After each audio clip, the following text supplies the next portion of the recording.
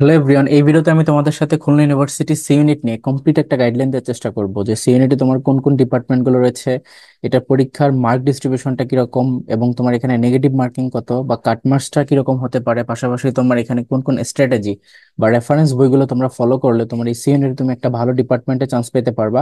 এই প্রতিটা বিষয় আমি শুরু থেকে শেষ পর্যন্ত ইন ডিটেলস এক্সপ্লেইন করব।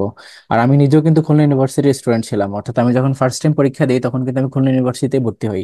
সো এই ভিডিওতে আমি তোমাদেরকে এই খুলনা ইউনিভার্সিটি সম্পর্কে ডিটেলসে একটা গাইডলাইন দেওয়ার চেষ্টা করব। সো সবাই খেয়াল করো যে খুলনা ইউনিভার্সিটি সি ইউনিট যেটা, এখানে তোমার অনেকগুলো ভালো ভালো ডিপার্টমেন্ট আছে। ফার্স্টেই দেখো তোমার ল, তারপরে ইংলিশ, তারপরে ইকোনমিক্স, তারপরে জার্নালিজম, তারপরে সোশ্যাল সায়েন্স, এরপর development studies, history, Bangla, education, drawing, print making, তারপর হচ্ছে আর্কিটেকচার। এই ডিপার্টমেন্টগুলো হচ্ছে তোমার খুলনা ইউনিভার্সিটি সি ইউনিটে। আর এখানে মূলত খুলনাতে এই প্রত্যেকটা ডিপার্টমেন্টকে ডিসিপ্লিন বলা হয়। কি বলা হয়? ডিসিপ্লিন বলা হয়। আর আলাদা আলাদা যে ইনস্টিটিউট গুলো আছে সেগুলোকে স্কুল বলা হয় বা ইনস্টিটিউটও বলা হয়। কিন্তু ডিপার্টমেন্ট গুলাকে ইউনিকলি তোমার তারা এখানে ডিসিপ্লিন বলে, যেমন ল ডিসিপ্লিন, ইংলিশ ডিসিপ্লিন।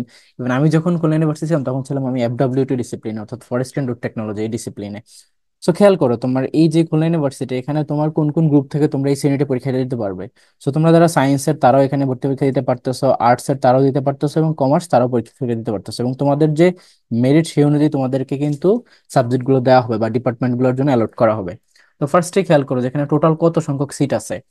এই সি ইউনিটে তোমার খুলনা ইউনিভার্সিটির সিট হচ্ছে 415টা, এবং এর মধ্যে 391টা সিট হচ্ছে সবার জন্য ইন জেনারেল। বাকি যে 24টা সিট থাকে সেগুলো হচ্ছে তোমাদের যারা কোঠাভুক্ত তাদের জন্য। সো খেয়াল করো এখানে প্রায় 415টা সিট, তার মানে হিউজ সংখ্যক সিট আছে। এবং এখানে যে ভর্তি পরীক্ষাটা হয় তা হচ্ছে তোমার 60 মার্কের এমসিকিউ পরীক্ষা এবং 40 মার্কের হচ্ছে রিটেন পরীক্ষা।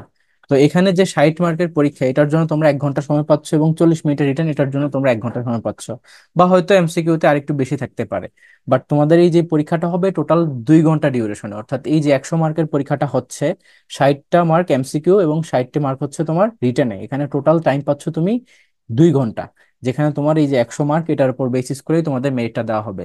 আরেকটা বিষয় যেটা হচ্ছে এখানে কিন্তু কোনো ধরনের জিপিএ মার্ক কাউন্ট করা হবে না, অর্থাৎ তোমার যে এসএসসির মার্কটা বা এসএসসির মার্কটা সেটা কিন্তু এখানে কনসিডার করা হচ্ছে না।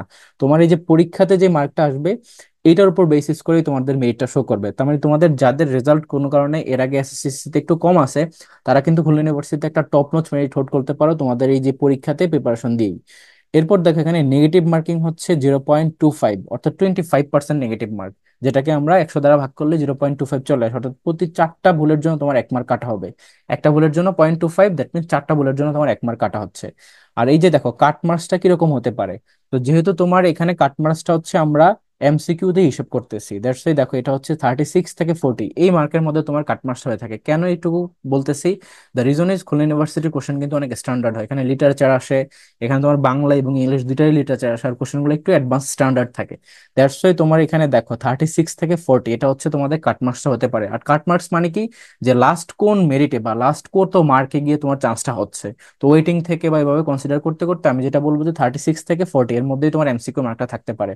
তবে হ্যাঁ, তোমাদের যাদের রিটেনের পরীক্ষা, এই যে রিটেনের 40-এর মধ্যে যারা ম্যাক্সিমাম মার্কটা পাবে তাদের কিন্তু এখানে মেরিটটা টপ নচ থাকবে। তো তুমি ধরো এখান থেকে সাপোজ 40 পাইলা, তাহলে তুমি ধরো ইলিজিবল, তোমার রিটার্নের খাতাটা চেক করা হবে, তখন তুমি রিটার্নে যদি ভালো একটা মার্ক পাও তোমার কিন্তু মেরিটটা উপরে থাকবে। সো ওভারঅল 100 মার্কের মধ্যেই কিন্তু তোমাদের চান্সটা হচ্ছে। কিন্তু এই যে 60টা এমসিকিউর মধ্যে কাট মার্কস কত থাকতে পারে, 36 থেকে 40 এরকম। আরেকটা বিষয় যেটা, যে তুমি দেখবা খুলনা ইউনিভার্সিটির প্রিপারেশন কিন্তু অন্য যে কোনো ইউনিভার্সিটি থেকে কিছুটা হলেও ডিফারেন্ট। যেমন জাহাঙ্গীরনগর ইউনিভার্সিটির প্রিপারেশনটা তোমার অন্যান্য ইউনিভার্সিটি থেকে ডিফারেন্ট, ঠিক তেমনি খুলনা ইউনিভার্সিটিও সেম। তো তোমরা এটার জন্য একটু অ্যাডভান্স লেভেলের প্রিপারেশনটাই রাখতে হবে।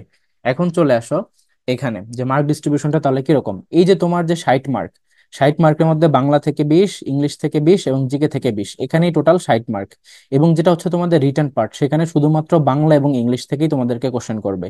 বাংলা এবং ইংলিশ থেকেই তোমাদেরকে 40 মার্কের কোশ্চেন করা হবে রিটেনে, সেখানে কিন্তু জিকে কোনো কোশ্চেন থাকবে না, এটা বলে আছে সার্কুলারে। সো দেখো এই হচ্ছে 60 মার্ক, আর এখান থেকে হচ্ছে তোমার 40 মার্ক, এই টোটাল 100 মার্কের যে পরীক্ষাটা হবে তার উপর বেসিস করে তোমাদের মেরিটটা আসবে। নাও এখানে দেখো যে খুলনা ইউনিভার্সিটিতে তোমার সিএনটি যদি তুমি একটা টপ র্যাঙ্ক হোল্ড করতে চাও বা 1 ডিজিট র্যাঙ্ক হোল্ড করতে চাও, তাহলে তোমার কোন কোন স্ট্র্যাটেজি বা কিভাবে তুমি প্রিপারেশনটা নিতে পারো।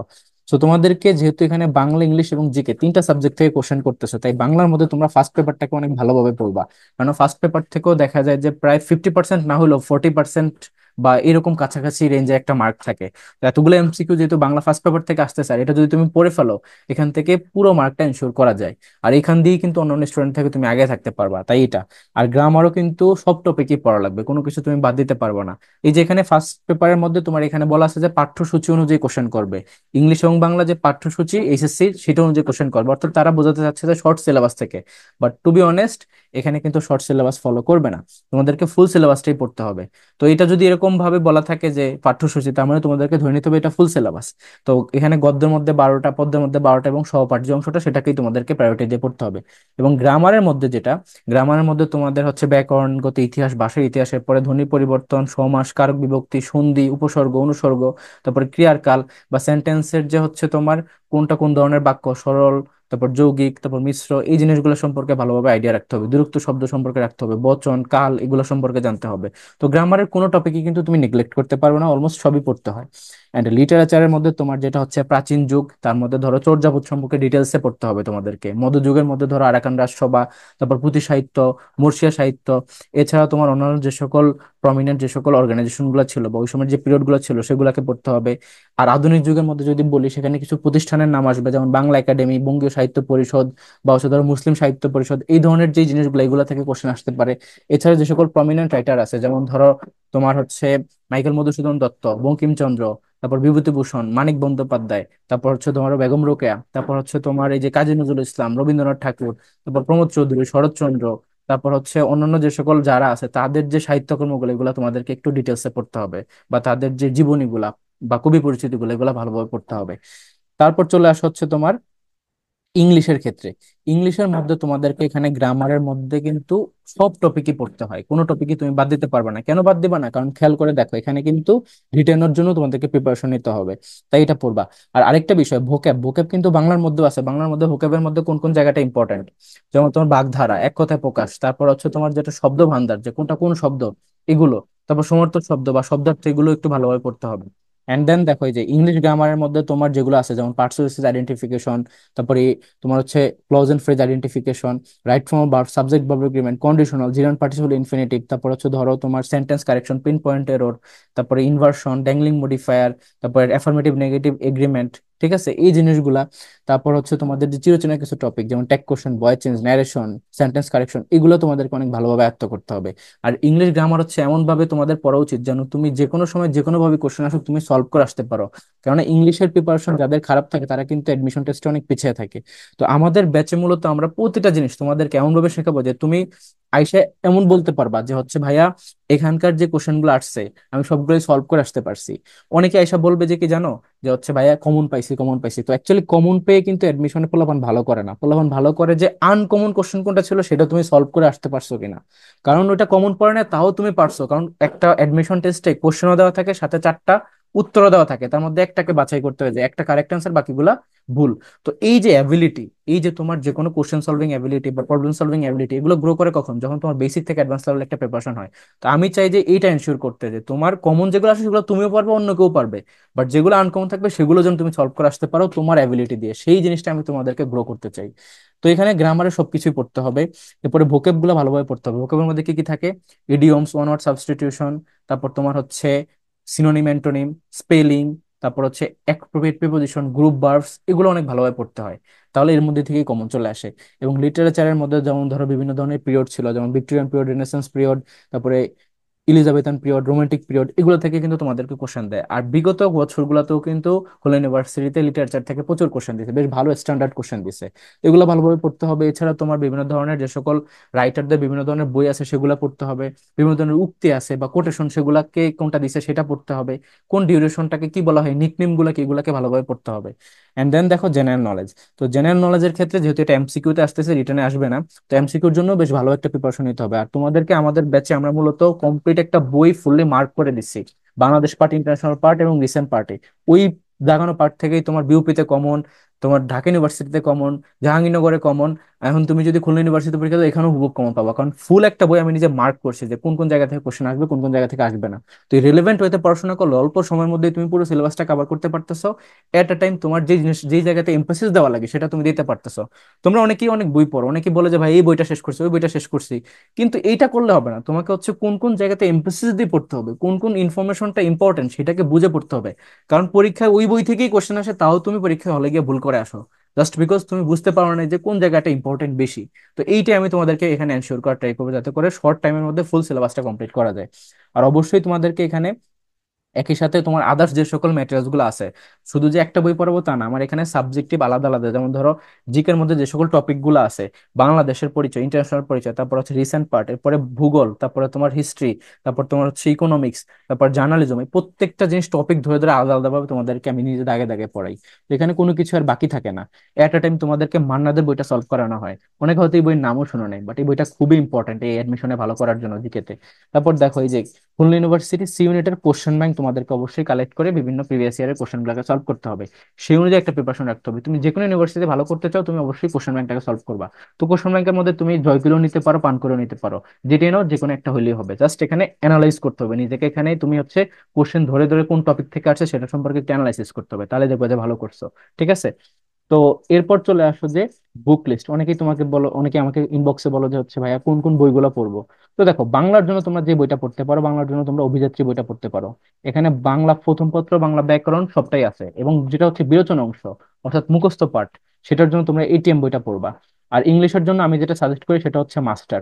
This is one of the best বই এখন পর্যন্ত, বাংলাদেশে বেস্ট বই আমি মনে করি মাস্টার। আর আমাদের ব্যাচে আমরা প্রতিটা ইংলিশ ক্লাস নেওয়ার পর তোমাদেরকে মাস্টার বই থেকে প্র্যাকটিস করে ফুল বইটা কমপ্লিট করে দিই, ফুল বইটা, নট এ সিঙ্গেল মানে এমসিকিউ বাদ দেয় না। আমাদের প্রতিটা কন্টেন্ট ধরে ধরে টপিক ধরে ধরে প্রত্যেকটা আর আমার ক্লাসের যে স্ট্যান্ডার্ড সেটা যদি তুমি শেষ করো, মাস্টার বই তোমার কাছে পানির মতো মতো মনে হবে।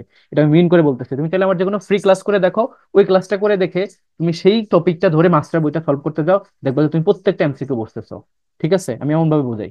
তারপর দেখো জিকের জন্য তোমাদেরকে যেটা সাজেস্ট করবো যে মিহিরস ফাইনাল সাজেশন, এই বইটা পড়তে পারো।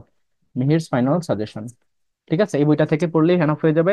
আর এই বইটি আমরা ফুল তোমাদেরকে দাগাই দিচ্ছি, পাশাপাশি মান্নাদের বইটা দাগাই দিচ্ছি। এছাড়া টপিক ধরে ধরে হিস্ট্রি, ইকোনমিক্স, জার্নালিজম, তারপর তোমার ধরো জিওগ্রাফি, প্রত্যেকটা টপিক ধরে ধরে আলাদা আলাদা করে আমাদের পিডিএফ শিট গুলো রেডি। তো ওইভাবেই তোমাদেরকে প্রিপেয়ার করা হবে। আচ্ছা, আবার এই যে লিটারেচারের কথা বললাম, লিটারেচার পার্টের মধ্যেও কিন্তু তোমাদেরকে বাংলা লিটারেচার, ইংলিশ লিটারেচারে আলাদা আলাদা আমাদের ম্যাটেরিয়ালস রেডি আছে, ওইখান থেকে তোমাদেরকে পড়াবো। প্রতিটা জিনিস ওইখান থেকে কমন আসছে, আর খুব অ্যাডভান্স লেভেলে এগুলো প্রিপেয়ার করা হয়েছে তোমাদেরকে। নিউমোনিক্স সহ, নিউমোনিক্স মানে হচ্ছে ছন্দ, ছন্দ সহ, কারণ লিটারেচার অনেক খুবই প্যারাময় একটা জায়গা। তুমি যদি ছন্দ দিয়ে না মনে রাখতে পারো তুমি ভুলে যাও পরীক্ষার হলে। ওই জন্য ছন্দ দিয়ে তোমাদেরকে প্রতিদিন শেখানো হবে। তো তোমাদের জন্য এখন কয়েকটা ইনস্ট্রাকশন, তোমরা যারা টেলিগ্রামে অ্যাভেলেবল আছো তারা টেলিগ্রামে গিয়ে @রিফাত 37 সার্চ করলেই হচ্ছে আমাদের যে টেলিগ্রাম অফিসিয়াল চ্যানেলটা সেটা চলে আসবে, রিফাত মাহমুদ অফিসিয়াল নামে। ওইখানে তোমাদের জন্য অ্যাডমিশন রিলেটেড যে আপডেট গুলো আছে রেগুলার, সেই আপডেট গুলো দেওয়া হয়। আমাদের যে ফ্রি ক্লাসগুলো সেটা লিঙ্কটা সেখানে দেওয়া হয়। একই সাথে তোমাদেরকে এমসিকিউ কুইজের মাধ্যমে বিভিন্ন সাবজেক্টের উপর তোমাদেরকে প্রিপেয়ার করা হয়। তো সবাই এখানে কানেক্টেড হয়ে যেতে পারো। কিংবা ফেসবুকে যারা অ্যাভেলেবল আছে তারা রিফাত মাহমুদ লিখে সার্চ করলে আমার প্রোফাইল চলে আসবে, এখানে সবাই কানেক্টেড হয়ে যাবা। এবং ফেসবুকে আমাদের অফিসিয়াল পেজ হচ্ছে টপার অ্যাডমিশন কেয়ার। এই পেজেই তোমাদের যত ধরনের আপডেট ইনফরমেশন আছে বা বিভিন্ন ধরনের নোটিশ বা অ্যাডমিশন রিলেটেড যে সকল ইনফরমেশন গুলো তোমাদের জানা জরুরি, এছাড়া কিছু লাইভ ক্লাসের মাধ্যমে তোমাদেরকে প্রিপেয়ার করা হয় ফ্রিতে। তো সবাই হচ্ছে ফেসবুকে গিয়ে এইখানে তোমার কানেক্টেড হয়ে যাও টপার্স অ্যাডমিশন কেয়ারের নামে। এরপর চলে আসো আমাদের যে খুলনা ইউনিভার্সিটি, তারপর রাজশাহী ইউনিভার্সিটি এবং চট্টগ্রাম ইউনিভার্সিটির জন্য যে ফাইনাল রিভিশন ব্যাচটা লঞ্চ হয়েছে, সেখানে তোমাদেরকে আমরা কিভাবে প্রিপেয়ার করব। দেখো, এখানে মূলত তোমাদের প্রতিটা সাবজেক্ট, বাংলা, ইংলিশ, জিকে, তারপর ম্যাথ, অ্যানালিটিক্যাল এবং আইকিউ, প্রতিটা সাবজেক্টের জন্য বেসিক থেকে অ্যাডভান্স লেভেলে প্রিপেয়ার করা হবে। অর্থাৎ তোমাদেরকে Bangla first paper, Bangla grammar, Bangla বিবেচনা অংশ, এবং ইংলিশের ক্ষেত্রে English grammar first paper, English vocab, literature সবকিছু এখানে ইনক্লুডেড থাকবে। পাশাপাশি জিকের জন্য তো বললামই যে কয়েকটা জায়গা থেকে ম্যাটেরিয়ালস গুলো তোমাদেরকে পড়ানো হবে, যাতে করে ফুল প্রিপারেশন হয়ে যায়। আর একটা কমপ্লিট বই তোমাদেরকে ফুললি দাগায় দাগায় পড়ানো হবে, যাতে করে তুমি বুঝতে পারো যে কোন জায়গাতে এমফাসিস দেওয়া উচিত। ঠিক আছে। ম্যাথ অ্যানালিটিক্যাল হচ্ছে চট্টগ্রাম ইউনিভার্সিটির জন্য ইম্পর্টেন্ট, তাই এটাও ইনক্লুডেড থাকতেছে। এবং আইকিউ তোমার রাজশাহী ইউনিভার্সিটিতেও আসে, খুলনা ইউনিভার্সিটিতেও টুকটাক আইকিউ আসে। মনে করো যে এখানে সার্কুলারে বলা নাই, বাট স্টিল বিভিন্ন সাবজেক্টের কোশ্চেনের মধ্যে এখানে আইকিউ রিলেটেড কোশ্চেন চলে আসে কিছু। তো এই জন্য তোমাদেরকে সেভাবে প্রিপেয়ার করা হবে, যাতে করে একটা এমসিকিউ বাদ না যায়। এটার ফি হচ্ছে মাত্র 999 টাকা। তোমাদেরকে প্রতিটা ক্লাস জুম অ্যাপে নেওয়া হবে। আর আমাদের এই ব্যাচের কিন্তু ক্লাস শুরু হয়ে গেছে, তোমাদেরকে আমি প্রথম দিকের একটা একটা ক্লাস প্রতিটা সাবজেক্টের ফ্রিতে কিন্তু ইউটিউবে আপলোড করবো। ওগুলা দেখলেই বুঝতে পারবে যে কতটা স্ট্যান্ডার্ড ওয়েতে তোমাদেরকে প্রিপেয়ার করা হবে। সেখানে প্রতিটা ক্লাস জুম অ্যাপে হবে ইন্টারেক্টিভ ওয়েতে, পাশাপাশি তোমাদের প্রতিটা ক্লাস রেকর্ডেড থাকবে যাতে করে তুমি ফার্দার রিপিট দেখে আবার নোট তৈরি করতে পারো। এন্ড দেন যত ধরনের রিডিং ম্যাটেরিয়ালস লাগবে, অর্থাৎ তোমার দাগানো বই, PDF sheet, each and everything সবকিছু আমাদের ব্যাচে আমরাই তোমাদেরকে প্রোভাইড করবো। এবং তোমাদেরকে একই সাথে স্ট্যান্ডার্ড এক্সামের মাধ্যমে প্রিপেয়ার করা হবে, যাতে করে তুমি পরীক্ষার আগেই, মেইন অফিসিয়াল পরীক্ষার আগেই তুমি হচ্ছে একটা ভাইবস পাবো যে না অ্যাডমিশন টেস্টে কিভাবে কোশ্চেন গুলো আসবে, সেখানে তুমি টাইম ম্যানেজমেন্ট কিভাবে করবা। এন্ড দেন তোমাদেরকে 24/7 আমাদের এই গাইডলাইনের মধ্যে রাখা হবে। তোমার যে কোনো প্রবলেম আসবে সেটার জন্য আলাদা একটা গ্রুপে আছে যে প্রবলেম সলভিং এর জন্য, ডিসকাশনের জন্য। ওইখানে তোমরা 24/7 আমাদের গাইডলাইনের মধ্যেই থাকবা। এবং পুরো অ্যাডমিশন সময়ব্যাপী আমাদের সাথে তোমরা কানেক্টেড থাকতেছো, রেগুলার ক্লাসগুলো হচ্ছে, রেগুলার তোমাদের ডেমো এক্সাম গুলো হচ্ছে। তো তোমাদেরকে এমনভাবে প্রিপেয়ার করা হবে যেন কোনো কিছু আর বাদ না যায়। আর এই ব্যাচের ফি এখন শেষ সময় যেহেতু অনেকে রিকোয়েস্ট করছে ব্যাচের ফি কমানোর জন্য, তাই হচ্ছে মাত্র 999 টাকা দিয়ে ভর্তি নিচ্ছি। অলরেডি আমাদের ব্যাচে প্রায় 100 ক্রস করে গেছে স্টুডেন্ট। তো অল্প কিছু স্টুডেন্ট নিবো আর হয়তো। তো যারা যারা আমাদের এই ব্যাচে এনরোল করবে তারা দ্রুত আমাদের সাথে এই নাম্বারে যোগাযোগ করে, 01704065720, এই নাম্বার যোগাযোগ করে এই ব্যাচে এনরোল হয়ে যাও। আর এই ভিডিও ডেসক্রিপশন বক্সে আমাদের ব্যাচের পুরো ডিটেলস দেওয়া থাকবে, সেই ডিটেলস চেক করে আমাদের ব্যাচে এনরোল হতে পারো। ওখানে ফেসবুকের লিঙ্কটাও দেওয়া থাকবে এবং হোয়াটসঅ্যাপ নাম্বারটাও দেওয়া থাকবে। তো আমি যেটা প্রিফার করি যে হোয়াটসঅ্যাপে তুমি ডিরেক্ট এখানে আমাকে নক করে আমাদের ব্যাচে এনরোল হও। তো সবার জন্য শুভকামনা থাকলো, আল্লাহ হাফেজ।